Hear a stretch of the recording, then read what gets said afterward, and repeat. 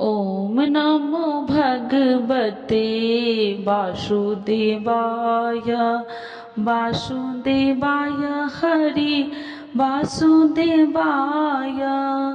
आइए भक्तों, आज सुनते पूर्णिमा के दिन श्री सत्यनारायण भगवान की कथा एवं आरती। तो एक बार बोलिए प्रेम से विष्णु भगवान की जय, लक्ष्मी माता की जय। यह कथा सुनने से दुख शोक आदि को दूर करने वाला है, धन्य धान्य को बढ़ाने वाला, सौभाग्य तथा संतान को देने वाला है। प्रथम अध्याय। एक समय की बात है, नैशिरण्य तीर्थ में शौनकादि 88,000 ऋषियों ने श्री सूत जी से पूछा, हे प्रभु, इस कलयुग में वेद विद्या रहित मनुष्य को प्रभु भक्ति किस प्रकार मिल सकती है तथा उनका उद्धार कैसे होगा। इसलिए हे मुनि श्रेष्ठ, कोई ऐसा व्रत कहिए जिससे थोड़े समय में पुण्य प्राप्त होवे तथा मन वांछित फल मिले। ऐसा कथा सुनने की हमारी इच्छा है। सर्वशास्त्र ज्ञाता सूत जी बोले, हे वैष्णव, मैं पूज्य आप सबने सर्व प्राणियों के हित की बात पूछी है। अब मैं उस श्रेष्ठ व्रत को आप लोगों से कहूँगा जिस व्रत को नारद जी ने लक्ष्मी नारायण से पूछा था। एक समय योगी राज नारद जी दूसरे के हित की इच्छा से अनेक लोकों में घूमते हुए मृत्यु लोक में आ पहुँचे। वहाँ बहुत योनियों में जन्मे हुए प्रायः सभी मनुष्यों को अपने कर्मों के द्वारा अनेक दुखों से पीड़ित देखकर सोचा कि किस यत्न के कारण से निश्चय ही इनके दुख का नाश हो सकेगा। नारद ऐसा मन में सोचकर विष्णु लोक को गए। वहाँ श्वेत वर्ण और 4 भुजा वाले देवों के इस नारायण को, जिनके हाथ में शंख चक्र गदा और पद्म थे तथा वरमाला पहने हुए थे, देखकर स्तुति करने लगे। हे भगवान, आप अत्यंत शक्ति से संपन्न है, मन तथा वाणी भी आपको नहीं पा सकती। आपका यदि मध्य और अंत नहीं है, निर्गुण स्वरूप सृष्टि के कारण भूत व भक्तों के दुखों को नष्ट करने वाले हो, आपका मेरा नमस्कार है। नारद जी से इस प्रकार की स्तुति सुनकर विष्णु भगवान बोले, हे मुनि श्रेष्ठ, आपके मन में क्या है? आपका यहाँ किस काम के लिए आगमन हुआ है? निसंकोच कहो। तब नारद मुनि बोले, मृत्यु लोक में सब मनुष्यों को अनेक योनियों में पैदा हुआ है। अपने कर्मों के द्वारा उनके प्रकार के दुखों से दुखित हो रहे हैं। हे नाथ, मुझ पर दया रखते हैं तो बतलाइए कि उन मनुष्यों के सब दुख थोड़े से प्रयत्न से ही कैसे दूर हो सकते हैं। श्री भगवान जी बोले, हे नारद, मनुष्य की भलाई के लिए तुमने बहुत अच्छी बात पूछी है। जिस व्रत के करने से मनुष्य मोह से छूट जाता है, मैं वह कहता हूँ, सुनो। बहुत पुण्य देने वाला है। स्वर्ग तथा मनुष्य लोक दोनों में दुर्लभ एक उत्तम व्रत है। आज मैं प्रेम वश होकर तुमसे कहता हूँ, सत्यनारायण का यह व्रत अच्छी तरह विधान पूर्वक करके मनुष्य तुरंत ही यहाँ सुख भोग कर मरने पर मोक्ष को प्राप्त होता है। श्री भगवान के वचन सुनकर नारद मुनि बोले, उस व्रत का क्या फल है, क्या विधान है, किसने यह व्रत किया है और किस दिन यह व्रत करना चाहिए, विस्तार से बतलाइए। भगवान बोले, दुख शोक आदि को दूर करने वाला, धन्य धान्य को बढ़ाने वाला, सौभाग्य तथा संतान को देने वाला यह व्रत सब स्थान पर विजयी करने वाला है। भक्ति और श्रद्धा के साथ किसी भी दिन मनुष्य श्री सत्यनारायण भगवान के शाम के समय ब्राह्मणों और बांधवों के साथ धर्मपरायण होकर पूजा करे।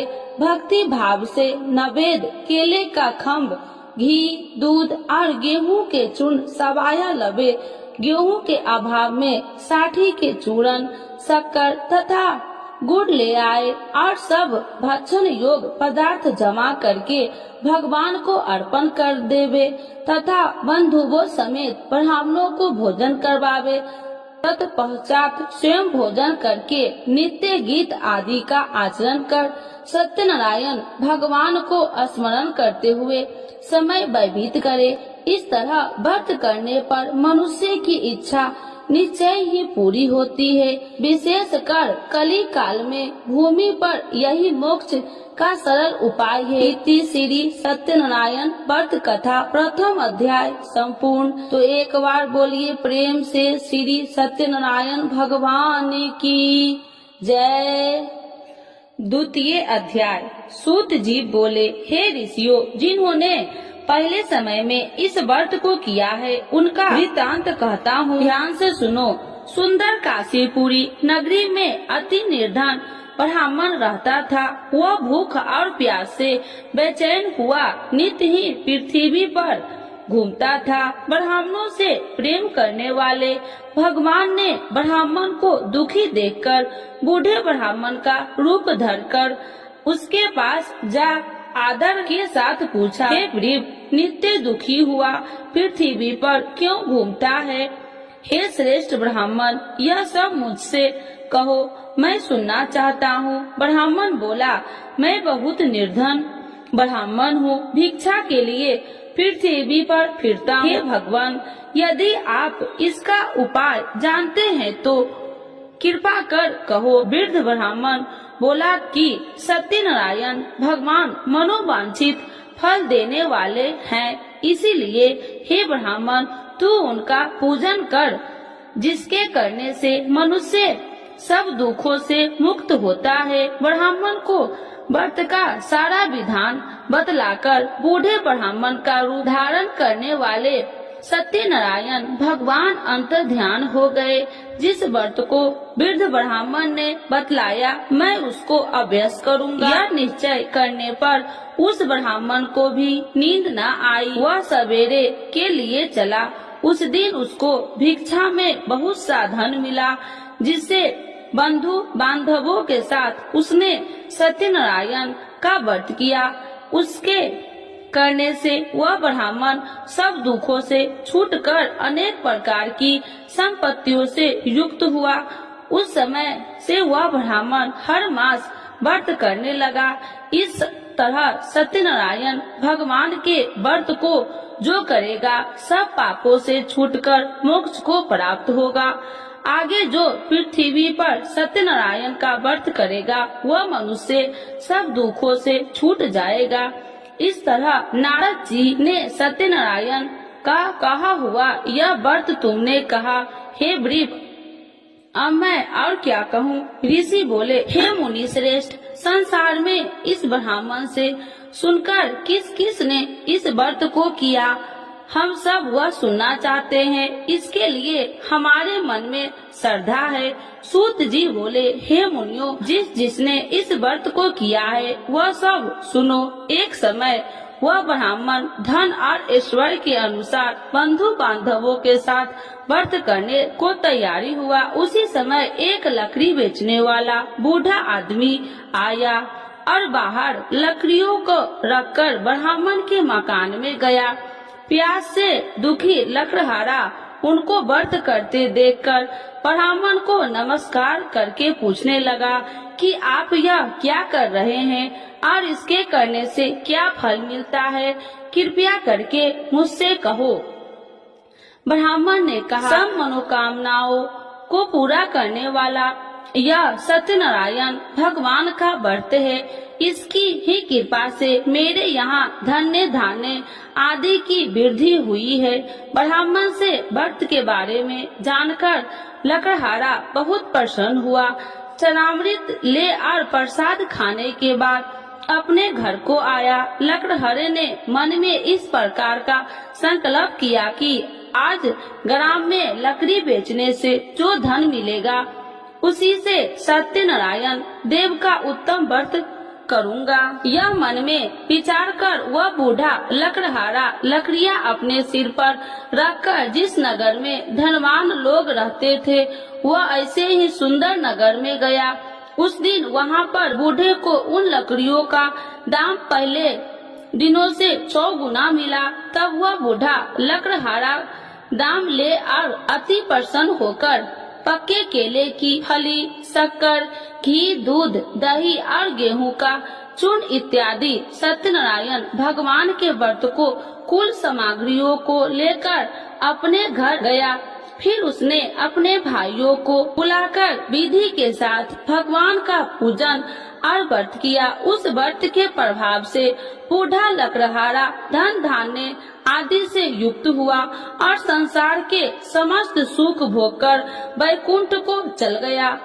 इति श्री सत्यनारायण व्रत कथा 2य अध्याय संपूर्ण। तो एक बार बोलिए प्रेम से श्री सत्यनारायण भगवान की जय। 3य अध्याय। श्री सूत जी बोले, हे श्रेष्ठ मुनियों, अब मैं आगे की एक कथा कहता हूँ। प्राचीन काल में उल्का मुख नाम का एक महान ज्ञानी राजा था। वह जितेंद्रिय और सत्यव्रता था। प्रतिदिन मंदिरों में जाता तथा गरीबों को धन देकर उनके दुख दूर करता था। उसकी पत्नी कमल के समान सुंदर मुख वाली और सती साध्वी थी। एक दिन भद्रशिला नदी के तट पर वे दोनों विधि विधान से सहित श्री सत्यनारायण भगवान का व्रत कर रहे थे। उस समय वहाँ साधु नामक एक वैश्य आया। उसके पास व्यापार के लिए बहुत सा धन था। वह वैश्य नाम को नदी के किनारे पर ठहराकर राजा के पास आया। राजा को व्रत करते हुए देखकर उसने विनय पूर्वक पूछा, हे राजन, यह आप क्या कर रहे हैं? मेरी सुनने की इच्छा है, कृपया आप यह मुझे भी समझाइए।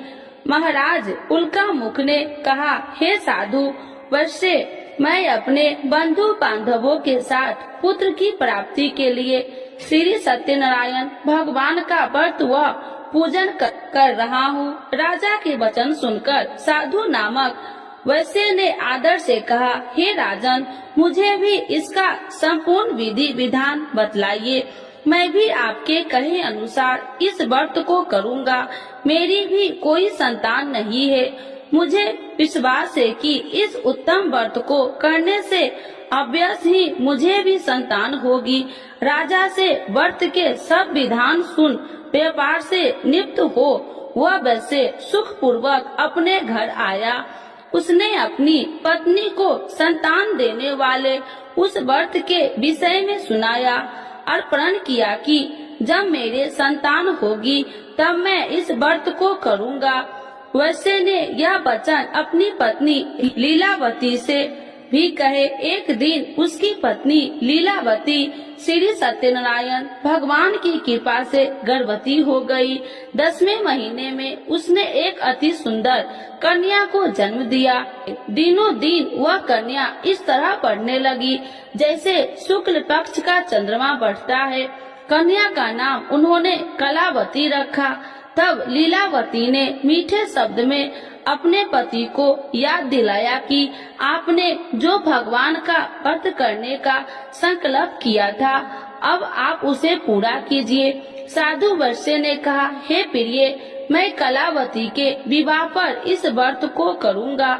इस प्रकार अपनी पत्नी को विश्वास दे वह व्यापार करने विदेश चला गया। कलावती पितृगृह में वृद्धि को प्राप्त हो गई। लौटने पर साधु ने जब नगर में सखियों के साथ अपनी वयस्क होती हुई पुत्री को खेलते देखा तो उसने उसके विवाह की चिंता हुई। तब उसने एक दूत को बुलाकर कहा कि उसकी पुत्री के कोई सुंदर वर देखकर लाए। दूत साधु नामक वैश्य आज्ञा पाकर कंचन नगर पहुंचा और देखा भालकर वैश्य की कन्या के लिए एक श्रृंगे वनिक पुत्र ले आया। उस सुंदर लड़के के साथ साधु नामक वैश्य ने अपने बंधु बांधवों सहित परिचित होकर अपनी पुत्री का विवाह कर दिया। दुर्भाग्य से वह विवाह के समय श्री सत्यनारायण भगवान का व्रत करना भूल गया। इस पर श्री सत्यनारायण अत्यंत क्रोधित हो गए। उन्होंने वैश्य को श्राप दिया कि तुम्हें दारुण दुख प्राप्त होगा, और फिर अपने कार्यों में कुशल हुआ वैश्य अपने दामाद सहित नाव पर बेड़ा लेकर व्यापार करने के लिए सागर के समीप स्थित रत्न सारनपुर नगर में गया। रत्न सारनपुर चंद्रकेतु नामक राजा राज करता था। दोनों ससुर जमाई चंद्रकेतु राजा के उस नगर में व्यापार करने लगे। एक दिन भगवान श्री सत्यनारायण की माया से प्रेरित एक चोर राजा चंद्रकेतु का धन चुराकर भाग रहा था। राजा के दूत को अपने पीछे तेजी से आते देखकर चोर ने घबराकर राजा को धन को वैश्य की नाव में चुपचाप रख दिया। वहाँ से ससुर जमाई ठहरे हुए थे और भाग गया। जब दूत ने उस वैश्य के पास राजा के धन को रखा देखा तो उन्होंने उस ससुर दामाद को ही चोर समझा। वे उन ससुर दामाद को दोनों को बांधकर ले गए और राजा के समीप जाकर बोले, आपका धन चुराने वाला ये दोनों चोर हम पकड़कर लाए हैं, देखकर आज्ञा दे। तब राजा ने बिना उस वैश्य की बात सुने उन्हें कारागार में डालने की आज्ञा दे दी। इस प्रकार राजा की आज्ञा से उनको कारावास में डाला दिया गया तथा उनका सारा धन भी छीन लिया गया। श्री सत्यनारायण भगवान के श्राप के कारण उस वैश्य की पत्नी लीलावती व पुत्री कलावती भी घर पर बहुत दुखी हुई। उनका सारा धन चोर चुरा कर ले गए। मानसिक व शारीरिक पीड़ा तथा भूख प्यास से अति दुखी हो भोजन की आस में कलावती एक ब्राह्मण के घर गई। उसने ब्राह्मण को श्री सत्यनारायण भगवान का व्रत विधि पूर्वक करते देखा। उसने कथा सुनी और श्रद्धा पूर्वक प्रसाद ग्रहण कर रात को घर आई। माता ने कलावती से पूछा, हे पुत्री, तू अब तक कहाँ रही? मैं तेरे लिए बहुत चिंतित थी। माता के शब्द सुन कलावती बोली, हे माता, मैंने एक ब्राह्मण के घर श्री सत्यनारायण भगवान का व्रत होते देखा और मेरी भी उस उत्तम व्रत को करने की इच्छा है। माता ने कन्या के वचन सुनकर श्री सत्यनारायण भगवान के पूजन की तैयारी की। उसने बंधुओं सहित श्री सत्यनारायण भगवान का पूजन व व्रत किया और वर मांगा कि मेरे पति और दामाद शीघ्र ही घर लौट आए। साथ ही विनती की, हे प्रभु, अगर हमसे कोई भूल हुई तो हम सबका अपराध क्षमा करो। श्री सत्यनारायण भगवान इस व्रत से संपन्न हो गए। उन्होंने राजा चंद्रकेतु को स्वप्न में दर्शन देकर कहा, हे राजन, जिन दोनों वैश्यों को तुमने बंदी बना रखा है वे निर्दोष है, उन्हें प्रातः ही छोड़ दो। उनका सब धन जो तुमने अधिग्रहित किया है लौटा दो, अन्यथा मैं तुम्हारा राज्य, धन, पुत्र आदि सब नष्ट कर दूंगा। राजा से ऐसे वचन सुनकर भगवान अंतर्ध्यान हो गए और फिर प्रातः काल राजा चंद्रकेतु के दरबार में सबको अपना स्वप्न सुनाया और सैनिक को आज्ञा दी कि दोनों वैश्य को कैद से मुक्त कर दरबार में ले आओ। दोनों ने आते ही राजा को प्रणाम किया। राजा ने कोमल वचनों से कहा, हे महामुने भावो, तुम्हें अज्ञानतावश ऐसा कठिन दुख प्राप्त हुआ है। अब तुम्हें कोई भय नहीं, तुम मुक्त हो। इसके बाद राजा ने उनको नए नए वस्त्राभूषण पहनाए तथा उनकी जितना धन लिया था उसको दोगुना लौटाकर आदर से विदा किया। दोनों वैश्य अपने घर को चल दिए। इति श्री सत्यनारायण व्रत कथा तृतीय अध्याय संपूर्ण। तो एक बार बोलिए प्रेम से विष्णु भगवान की जय। चतुर्थ अध्याय। सूत जी ने आगे कहा, वैश्य ने यात्रा आरंभ कि और अपने नगर को चला। अनेक थोड़ी दूर आगे बढ़ने पर दंडी वेशधारी श्री सत्यनारायण भगवान ने उसकी परीक्षा लेने हेतु उससे पूछा, हे वैश्य, तेरी नाव में क्या है? अभिमान वणिक हंसता हुआ बोला, हे दंडी, आप क्यों पूछते हैं? क्या धन लेने की कामना है? मेरी नाव में तो बेल के पत्ते भरे हैं। वैश्य ने ऐसे वचन सुनकर दंडी वेशधारी श्री सत्यनारायण भगवान बोले, तुम्हारा वचन सत्य हो। ऐसा कहकर वे वहाँ से चले गए और कुछ दूर जाकर समुद्र के तट पर बैठ गए। दंडी महाराज के जाने के पश्चात वैश्य ने नित्य क्रियाओं से नियुक्त होने के बाद नाव को ऊंची उठी देखकर अचंभा किया तथा नाव में बेल के पत्ते आदि देखकर मूर्छित हो जमीन पर गिर पड़ा। मूर्छित खुलने पर अति शोक करने लगा। अब उसके दामाद ने कहा, आप शोक न करे, यह दंडी महाराज का श्राप है, अतः हमें उनकी शरण में ही चलना चाहिए, वही हमारे दुखों का अंत करेंगे। दामाद के वचन सुनकर वह वैश्य दंडी भगवान के पास पहुंचा और अत्यंत भक्ति भाव से पश्चाताप करते हुए बोला, मैंने तो आपसे अत्यंत वचन कहे थे, उनके लिए मुझे क्षमा करे। ऐसा कहकर वह शोकातुर हो रोने लगा। तब दंडी भगवान बोले, हे वणिक पुत्र, मेरी आज्ञा से ही बार बार तुझे दुख कष्ट प्राप्त हुआ है, तू मेरी पूजा से विमुख हुआ है। तब उस वैश्य ने कहा, हे भगवान, आपकी माया को ब्रह्मा आदि देवता भी नहीं जान पाते, तब मैं मूर्ख भला कैसे जान सकता हूँ। आप प्रसन्न होइए, मैं अपनी क्षमता अनुसार आपकी पूजा करूँगा। मेरी रक्षा कीजिए और मेरी नौका को पहले के समान धन से परिपूर्ण कर दीजिए। उसके भक्ति से परिपूर्ण वचन सुनकर श्री सत्यनारायण भगवान प्रसन्न हो गए और उसकी इच्छा अनुसार वर देकर अंतर्ध्यान हो गए। तब ससुर व दामाद दोनों ने नाव पर आकर देखा कि नाव धन से परिपूर्ण है। फिर वह विधि विधान से भगवान सत्यनारायण का पूजन कर साथियों सहित अपने नगर को चला। तब वह अपने नगर के निकट पहुंचा। तब उसने एक दूत को अपने घर भेजा। दूत ने साधु नामक वैश्य के घर जाकर उसकी पत्नी को नमस्कार किया और कहा, आपके पति अपने जमाता सहित इस नगर में समीप आ गए हैं। लीलावती और उसकी कन्या कलावती इस समय भगवान का पूजन कर रही थी।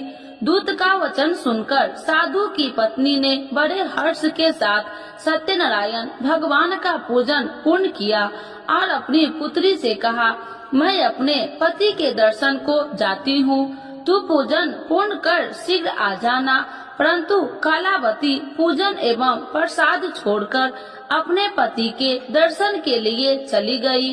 पूजन एवं प्रसाद की अवज्ञा के कारण भगवान सत्यनारायण ने रुष्ट हो उसके पति को नाव सहित पानी में डुबो दिया।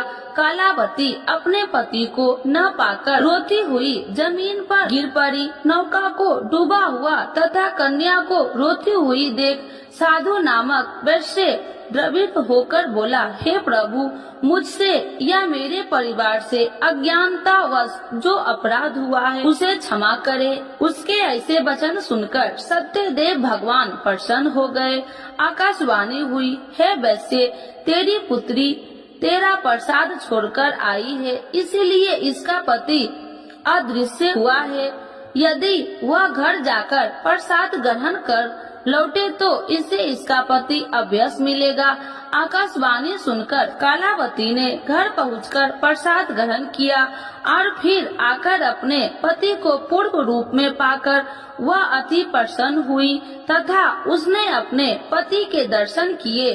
तत्पश्चात साधु वैश्य ने वही बंधु बांधवों सहित सत्यदेव का विधि पूर्वक पूजन किया। वह इस लोक के सभी प्रकार के सुख भोग कर अंत में मोक्ष को प्राप्त हुआ। इति श्री सत्यनारायण व्रत कथा चतुर्थ अध्याय संपूर्ण। एक बार बोलिए प्रेम से श्री सत्यनारायण भगवान की जय। पंचम अध्याय। श्री सूत जी बोले, हे ऋषिगण, मैं एक और कथा कहता हूँ, आप सभी ध्यान से सुनो। सदा प्रजा के लिए चिंतित तुंगध्वज नाम का एक राजा था। उसने भगवान सत्यनारायण का प्रसाद त्याग कर बहुत कष्ट पाया। एक समय राजा वन में अन्य पशुओं को मारकर बर के वृक्ष के नीचे आया। वहाँ उसने ग्वालों को भक्ति भाव से बंधु बांधवों सहित श्री सत्यनारायण जी की पूजन करते देखा, परंतु राजा देखकर भी अभिमान के कारण न तो वहाँ गया और न ही सत्यदेव भगवान को नमस्कार ही किया। जब ग्वालों ने भगवान का प्रसाद उसके सामने रखा तो वह प्रसाद छोड़कर अपने नगर को चला गया। नगर में पहुंचकर उसने देखा कि उसका सारा राज्य नष्ट हो गया। वह समझ गया कि यह सब भगवान सत्यदेव ने रुष्ट होकर किया है।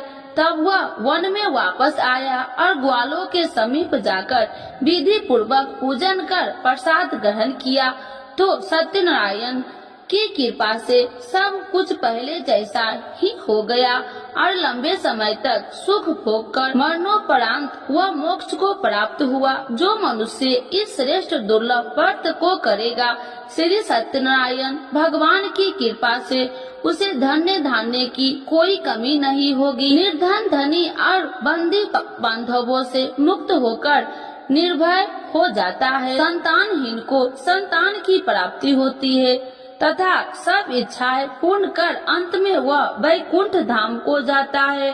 अब उनके बारे में भी जानिए जिन्होंने पहले इस व्रत को किया है। अब उनके दूसरे जन्म की कथा भी सुनिए। सतानंद नामक वृद्ध ब्राह्मण ने सुदामा के रूप में जन्म लेकर श्री कृष्ण की भक्ति एवं सेवा कर वैकुंठ प्राप्त किया।